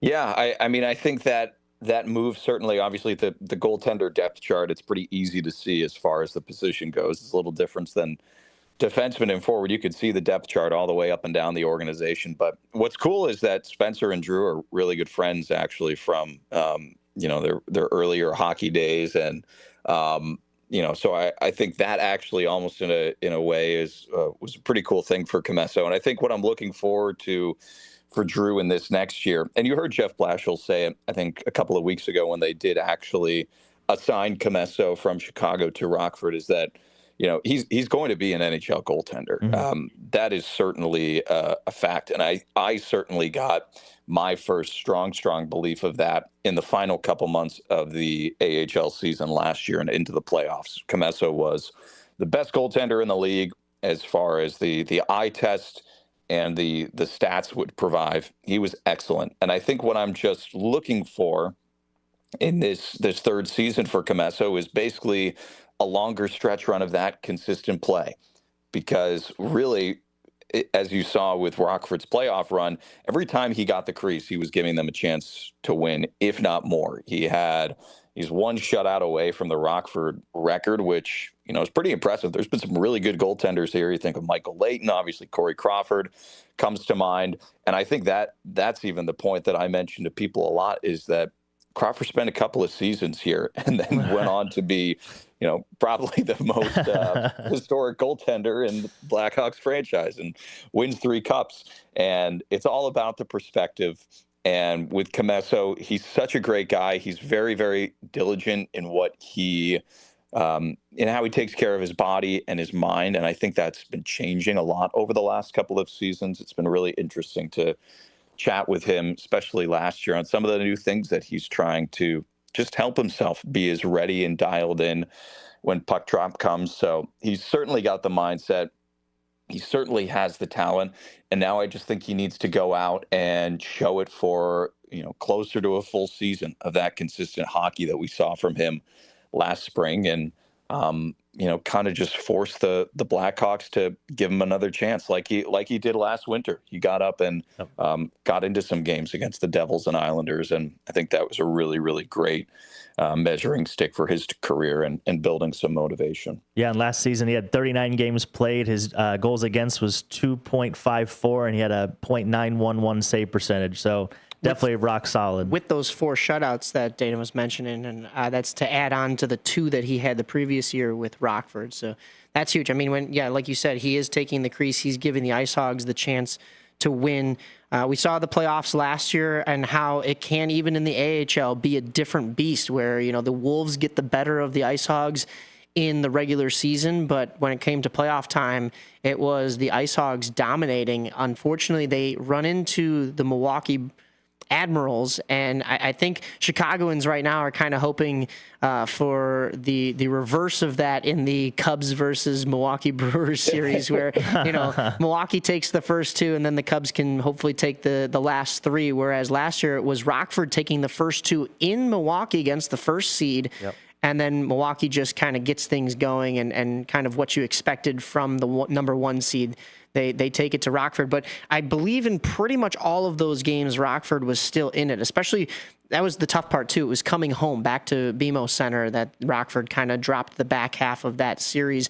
It was also tough, though, because despite stellar goaltending, despite some of those prospects coming back down from the NHL level when the Blackhawks didn't make the playoffs, that Rockford team was being led by a little bit of a carousel and coaching staff because of the fact that the Blackhawks had made the coaching change to Anders Sorensen throughout the middle of the season. So now Jared Nightingale steps in, Anders Sorensen still back on the roster, but there is a little bit of connection between, you mentioned Jeff Blashill at the NHL level, Jared Nightingale and Anders Sorensen. So I like the connection here between the NHL and AHL level, and kind of thinking that everybody's on the same page, especially with the development. But what are you expecting from this coaching staff going into Rockford, especially knowing that they were a dominant force in the playoffs last year with interim coaching?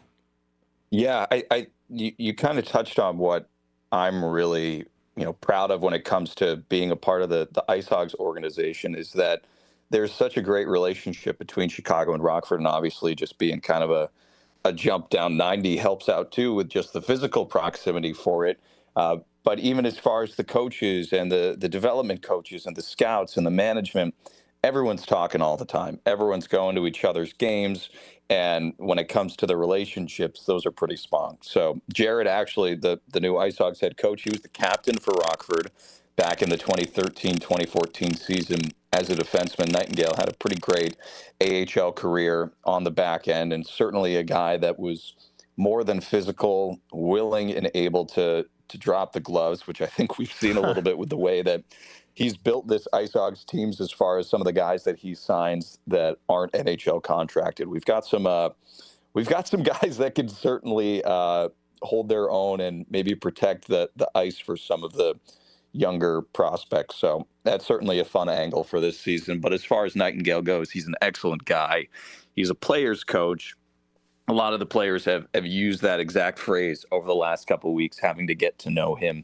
He was an assistant coach in Rockford under Anders, actually, a couple of years ago before he went just last year and was the head coach at the South Carolina Stingrays in the ECHL. And all he did was win Coach of the Year in his first year and led the Stingrays to their best record ever. So I think there's a lot to like with Jared. He's got the great relationships with the folks in Chicago, and he was obviously down at Hawks camp and the prospect camp at Fifth Third over the last month. And frankly, I'm just really fired up to see what tonight brings. And I know there's a lot that goes into what success maybe can be called at the American Hockey League level. I think some people tell you it's just making sure that your top prospects are getting playing time, that they're developing. And of course, that is of great, great importance. But there's also this level too, which is winning and being competitive and making sure that those prospects are in winning environments. I think that goes a long way. And Nighty certainly has expressed his desire to win and be a success, and a guy that feels really close to this Rockford community and wants to show out for them. So I think it's a really, really great marriage in a lot of different ways. Now, from a personal side of things too, this has got to be like better than Christmas morning for you with opening night right around the corner.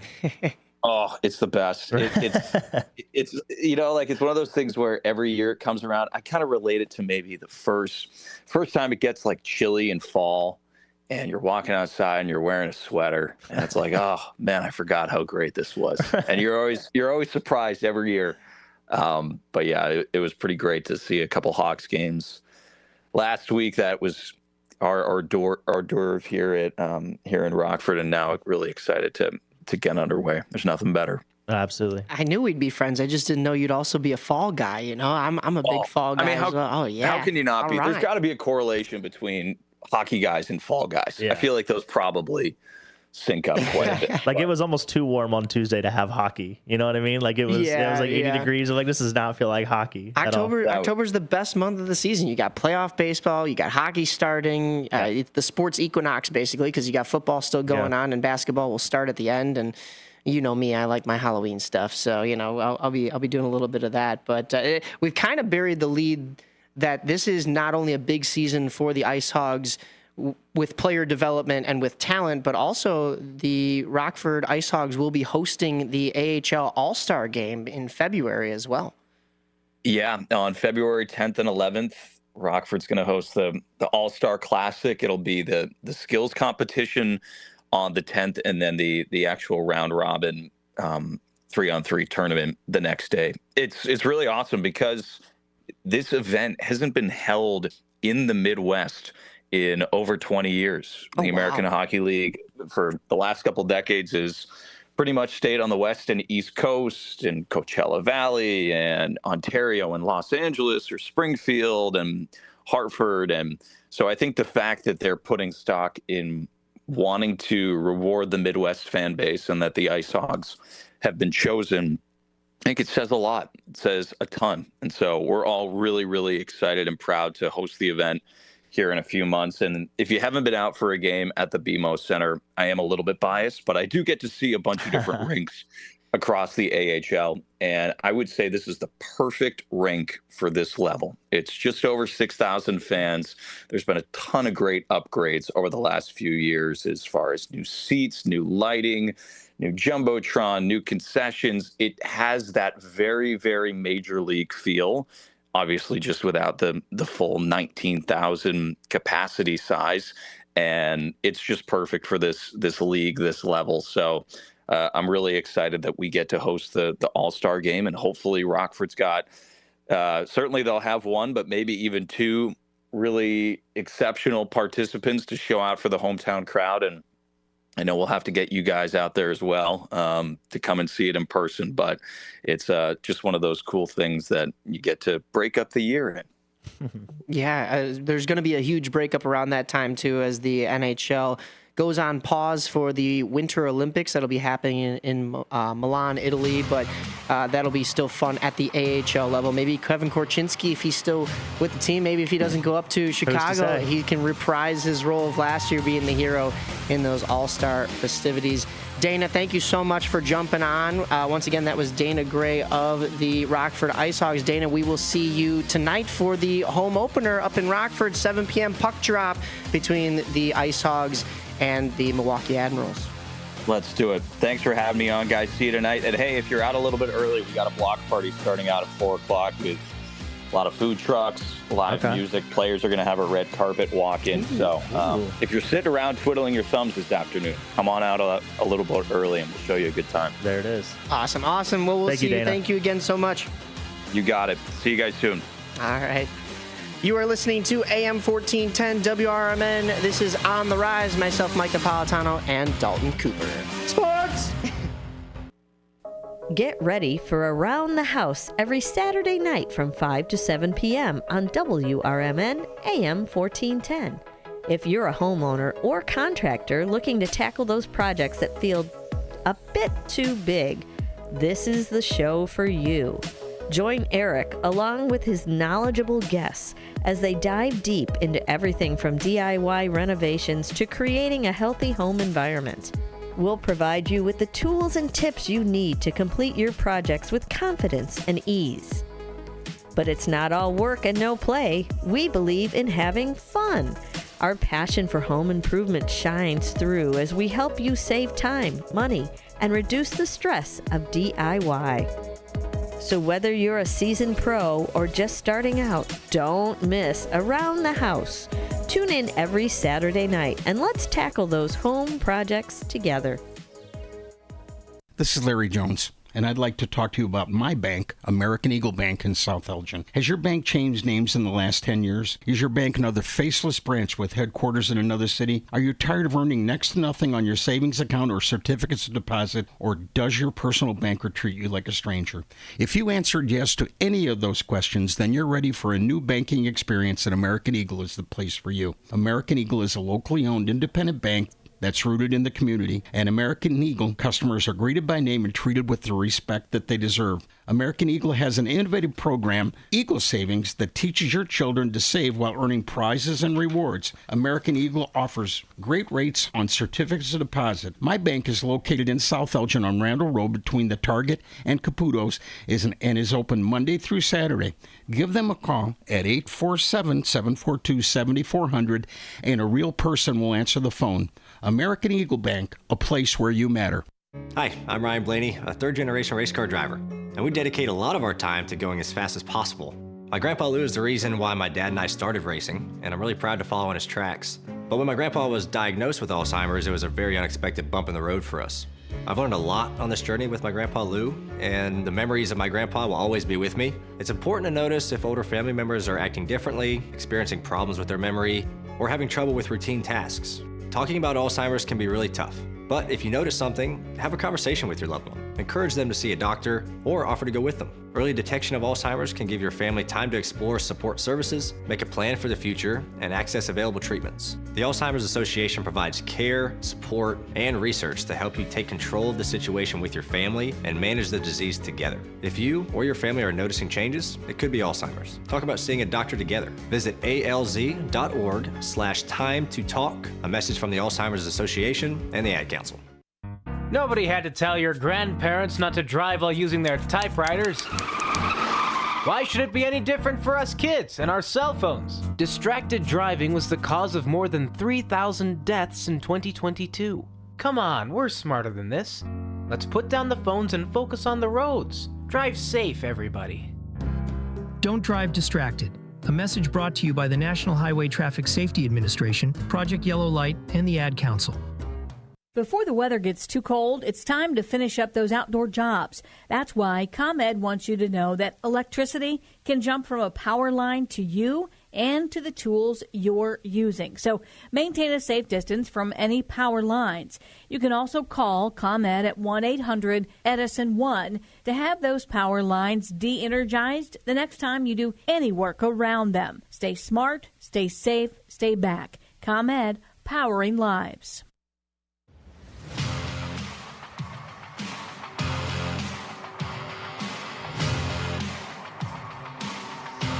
Welcome back to AM 1410 WRMN. Mike Napolitano alongside Dalton Cooper for On the Rise. What to do, baby? One more time, thank you to all of our guests today. Dana Gray, the play-by-play broadcaster of your Rockford Ice Hogs, as well as Blake Cowell, our correspondent down from St. Louis. He's kind of becoming a correspondent for everything with the fact that he's covering not only Cubs, but also the Fighting Illini games. So that's awesome as well. And, of course, Derek joining the show this morning to kind of kick off that Newman Corner Pub live broadcast for the Chicago Bears game on Monday Night Football against the Commanders. And then also the Big Top Sports.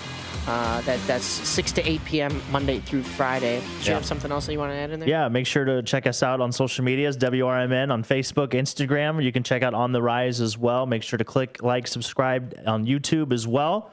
You can always catch us live. We always, I guess we always are wanting people to call in or chat. Join us in the chat on YouTube, or you can call into the station line at 847-1410, something like that? I don't know. You probably have it over 847-931-1410. Yeah. Feel free to join in the conversation. I only have it in front of me. Yeah, I was going to say. You're doing the radio. That's what I was pointing down. I was like, it's right in front of you. But yeah. That's what that was. But yeah, feel free to join in the conversation. We always love to hear, especially Game 5 tonight for Cubs Brewers. 7:08 first pitch up in Milwaukee at American Family Field, Miller Park. But I was by there on Tuesday or Wrigley Wednesday. North to some. Yeah.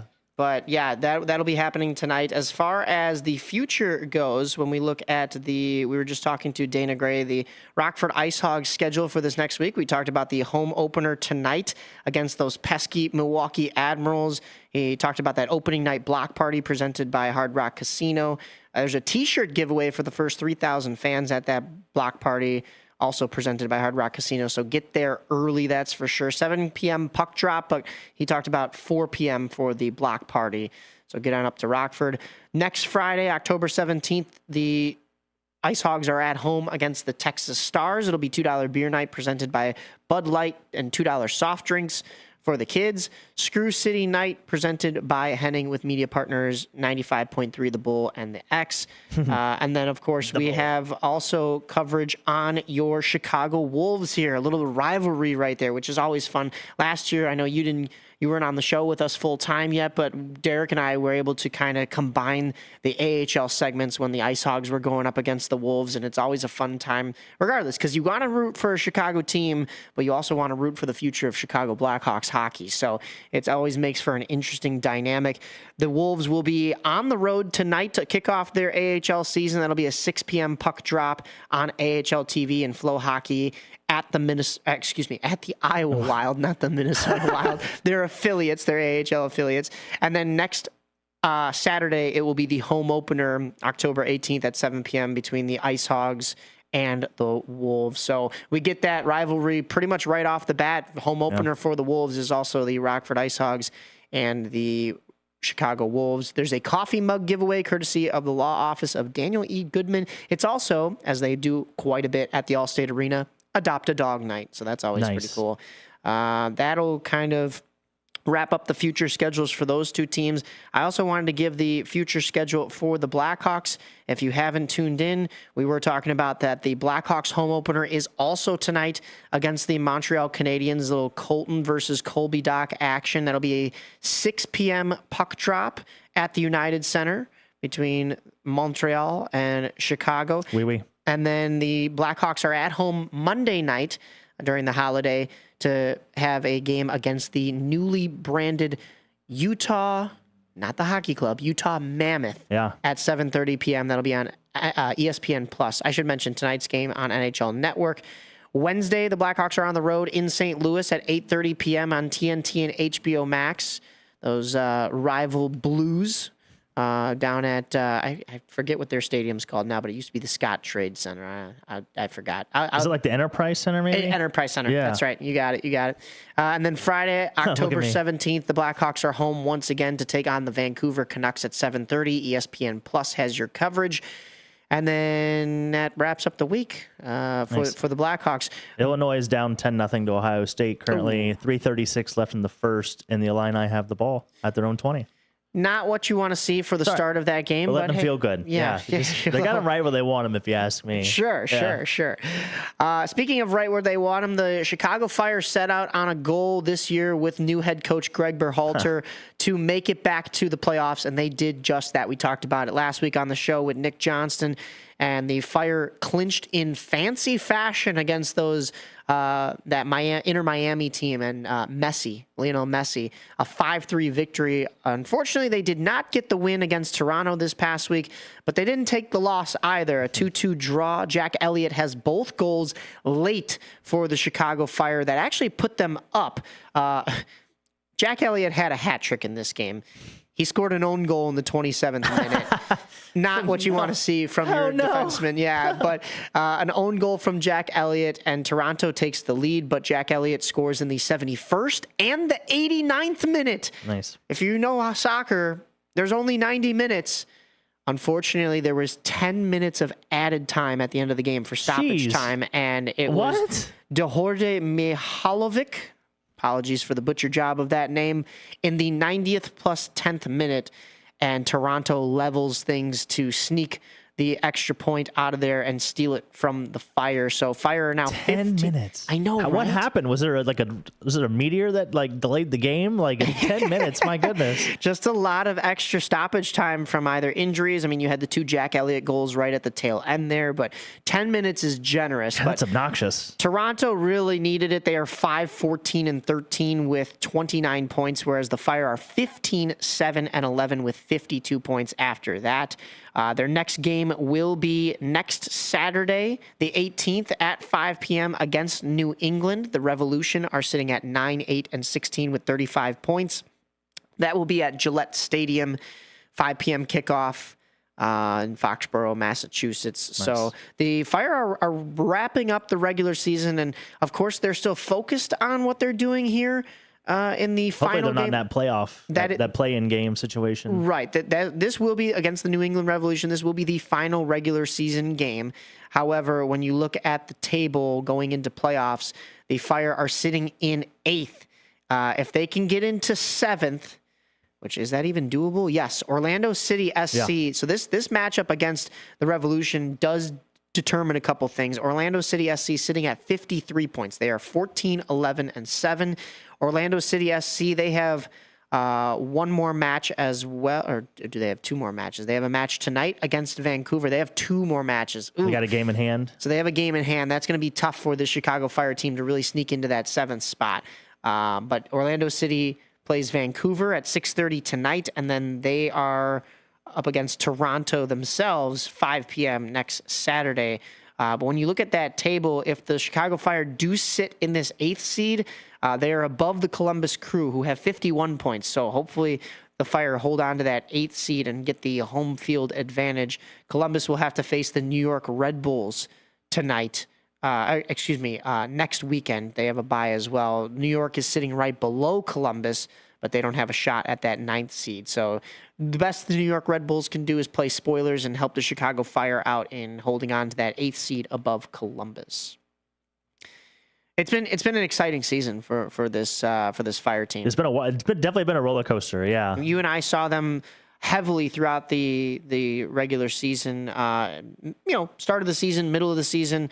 It's been busy here with covering playoff baseball for both the Cougars and the Boomers, and now even the Cubs for us. So hopefully we'll get a chance to get back out to Soldier Field or SeatGeek, depending on where these games will be played based on the Bears' schedule as well. The Fire will be kind of maybe bouncing back and forth, but hopefully it is, like I mentioned, at home. So we have also news on the ladies' end of things. The Chicago Stars had a draw. Let me go back into the results here. Just give me 1 second. They've been playing pretty well, too, since they made that coaching change, eh? Like, they haven't been losing. They haven't been winning either. They've been drawing a lot, but they've been very steady. I don't know if we got a chance to touch upon them last week. We talked about that 4-1 loss to the Kansas City Current, who are currently leading the NWSL on the table. But a 2-2 draw with the Utah Royals on October 5th. And then October 10th, the Stars get a draw 1-1 with Racing Louisville. So once again, since that coaching change, we talk about when things picked up back in August, a 1-1 draw with Gotham, a 1-1 draw with Base FC, a 3-3 draw with Seattle Reign, a 3-3 draw with North Carolina Courage, a 1-1 draw with Washington Spirit. Then they get they get a win against the Orlando Pride. So that's 6 games in a row without a loss. 7 with a 1-1 draw against Portland. And then they finally lose one against the Houston Dash. So they hadn't lost a game in 7 games. That was after going on a long stretch of either drawing or losing. They only get 1 win in that 7-game stretch, but 6 draws is nothing to snuff. And then they go back into the loss column 2 weekends in a row, like I mentioned with Kansas City, but now 2 more draws. So 9 draws since the coaching change. You got to get your points somehow, and they do just that. They have... That's not us. That's not us. Okay, I was like, I don't know. They got construction going on. Oh, yeah, it must be a power saw. But, yeah, we have 2 more games in this Chicago Stars season. That'll be Saturday, October 18th, next week at 9 p.m. against San Diego Wave.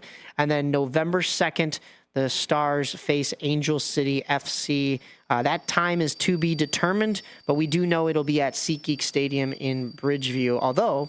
who knows if that'll coincide with a game that the Chicago Fire have to play for their playoffs. So maybe some jumbling right there. But the Chicago Stars, they went from being like, wow, that is loud. It's next door. I think it's to our right. I don't know here. if they can hear it at home, but that is brutal. The Chicago Stars, as I said, they were like 1-8 and 9. No, 1-1 and 9 or something like that going into that break, going into August. They are now 2-11 and 11. So really brought up that tie column to get them to 17 points, where I think they were sitting before at like 4 points. So that's huge for this team, especially going into next year, and hopefully get Mallory Swanson back. Angel City FC, they're sitting at 6 and 11 with 24 points. So shouldn't be too much of a test in the ending game of the Stars season. Speaking of ending of the season. Speaking of Angel. Yes, that's true too. Did you see that she was going to be the first athlete to walk in the Victoria's Secret fashion show, by the way? I did not see that. No. Yeah. Angel Reese. Angel Reese. Getting a call up to the modeling career. Yeah. Well, not that she hasn't done a little bit of that already. But I think what she probably wants to model her game after is Nice. the Las Vegas Aces. Well done. Who have just swept the finals for the WNBA championship against the Mercury. The Phoenix Mercury, yeah. Thought for sure the Mercury were going to get one game in there, but with injuries on the table, Nafisa Collier, that was really tough for them to bounce back. And a 4-game sweep of the championship. You don't really like to see a sweep in the championship, but also you just have to tip your cap at the dominance of the Las Vegas Aces. Yeah, Asia Wilson, and they were the first team in WNBA history to have a losing record through 25 games and win the finals. Wow. Yeah, I did see that stat. We should have known better. I had a future on Phoenix. And it's just too bad. So I don't know. Yeah, no, great. I mean, it's good to see it's their third championship in 4 years. So now they're officially a dynasty. Asia Wilson took over. She had 31 points, I believe, last night in the closing game. She had 31 points, 9 rebounds, 4 assists, 3 blocks. She's obviously the finals MVP. She's the straw that stirs the Vegas Aces drink. And I mean, what can you say? I mean, there's really nothing else to say. Is Bam Adebayo the worst basketball player in his own house? Whoa. Is he? He might be. He's dating Asia Wilson, right? Right. Yeah. So, I mean, pretty good player in his own right, but he might be the worst basketball player in his own relation. Also, did you see that Asia Wilson became the first basketball player, women or men in general, to hit a game-winning shot over a married couple? Over a married couple? Yeah, because the two ladies that play on Phoenix are married. I cannot remember their names off the top of my head, but they have a duo on Phoenix that is married. And game 3, Asia Wilson hits the game-winning shot with like 0.2 left in the game or 0.2 of a second left. And the two closest defenders that she hit that shot over were the married couple. So, wow, really quiet car ride home, I imagine. Yeah, in the Phoenix household. This was the first year that the championship was best of 7. Before it was best of 5. Yep. But I mean, you talk about the dominance. You talk about Asia Wilson. She was also the MVP back in 2023 when the Vegas Aces won it last. But you look at the last 6 WNBA championships, so dating back to 2020, 2021, 22, 23, 24, and 25. The Aces have been in it 4 times and won 3 of those 4 appearances. They lost in 2020 to the Seattle Storm. They did not make it in 2021. It was the Chicago Sky taking home the victory. That was when Chicago had its last parade against the Phoenix Mercury. And 2022, the Vegas Aces win it against the Connecticut Sun. 23, they beat the New York Liberty, also a 3-1 victory. And then in 2024, they go the distance all 5 games. Or excuse me, the New York Liberty go the distance with all 5 games against the Minnesota Lynx. So New York finally gets their win in there. But Vegas, they don't need the distance. All 4 games in favor of the Aces, and they get the W. That was a quick WNBA playoffs. Yeah, and you just named all those great stats. Can you guess who the betting favorite is for the 2026 WNBA championship? I gotta wonder, could there be an ace up my sleeve? No, actually, if you said no, they're not the betting favorite to win the title next year. That's why this is so funny. They think that they're gonna fall off. Maybe too much basketball in the last 6 years. The Minnesota Lynx are opened as the favorite to win the WNBA title in 2026, showing at plus 225. I could see that. We did get to see the Lynx in person a couple times this year when they came to the Wintrust Arena to play the Sky, and that was a very dominant team all year. In fact, believe they led the West for the most of the year. Yeah. Oh, yeah. They were very dominant. Also, it depends on what sports book you look, because I'm reading here too. BetMGM has the Aces favored for the 2026 title at plus 300, with the Lynx at plus 400. It's the third best odds. So it just depends on where you go. But it's gonna be interesting too to see that Fever team. I almost think that Fever team. You could have maybe started to make the argument that they were better without Caitlin Clark down the stretch. So I'm going to be really curious to see how they look next year with the healthy Caitlin Clark and other pieces. They got bitten by the injury bug. Sophie Cunningham went down, and a few other ladies on the team. But it's going to be interesting to see. I'd like to see what happens with New York, too, the Liberty. They were big, heavy favorites coming into the season. They basically brought everybody back from their championship team and actually added a couple pieces in free agency.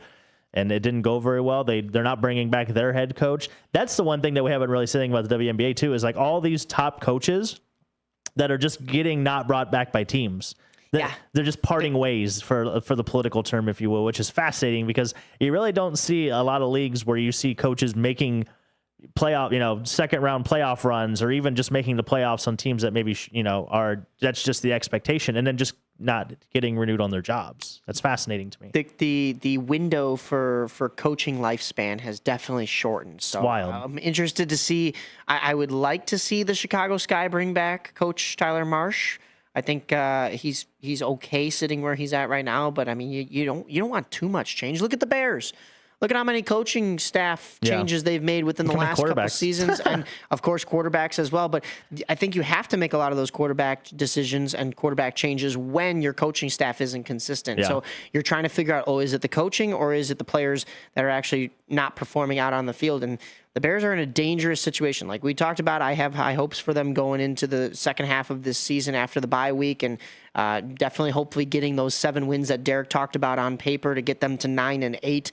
It's kind of where I predicted they'd be at, but it could fall apart just as easily with this Bears team. We've seen it time and time again. So let's hope that isn't the case, and that isn't the case with the WNBA either, with coaching staff changes as well. I did want to mention real quickly that I know we're kind of out of baseball other than the MLB playoffs. We're going to jump into the MLB playoffs because I have a Mamma Mia for sure. Yeah, take it. Let's see what we got. But I did want to mention real quickly that the 2026 Frontier League schedule has been released. The Boomers will open up on May 8th of 2026 against the Lake Erie Crushers in Lake Erie, where they defeated the Crushers in 2 games during these past playoffs on their way to getting to the finals. Then they will open at home Monday, the 11th of May against the Trois Rivières Aigales.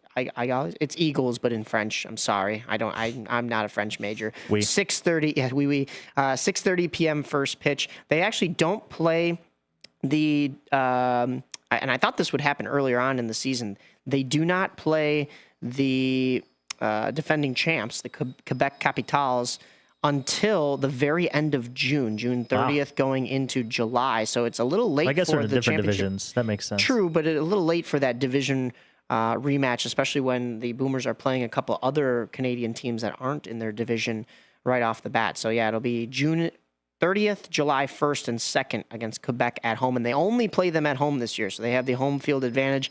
That didn't work out for them, unfortunately, in Game 5 of the Frontier League Championship, but let's hope the Boomers can bounce back this year. I have a Mamma Mia because there's a team that did not bounce back. How about, let's say, the Philadelphia Phillies not knowing the fundamentals of baseball against the Dodgers?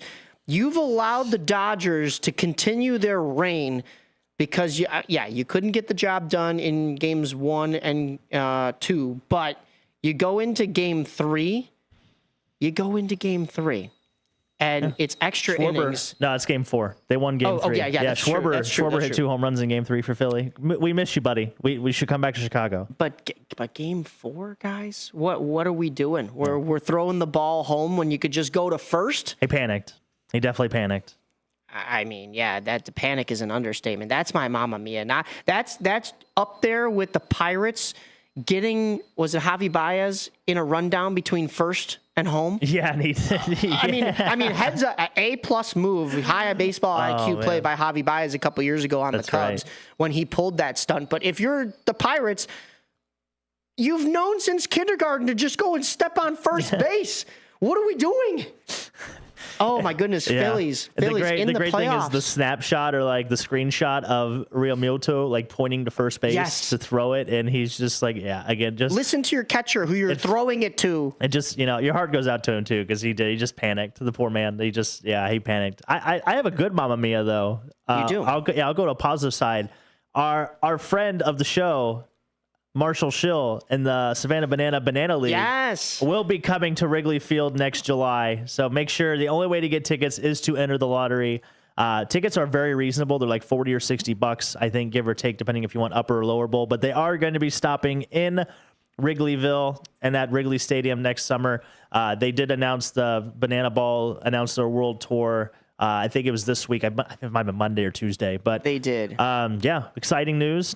We'll hopefully hit up Sam and check out the confines of Wrigley next summer for WRMN. Check out some banana ball. They added 2 new teams. I believe it was the Clowns of Indianapolis. Yes. And then the help me on the second one. Do you know the second one? It's the Loco Beach Coconuts. That sounds right. Yeah. Coconuts? That's it. I paid more attention to the Indianapolis Clowns because they are a former Negro League baseball team. So they're bringing back a piece of history, which is really cool.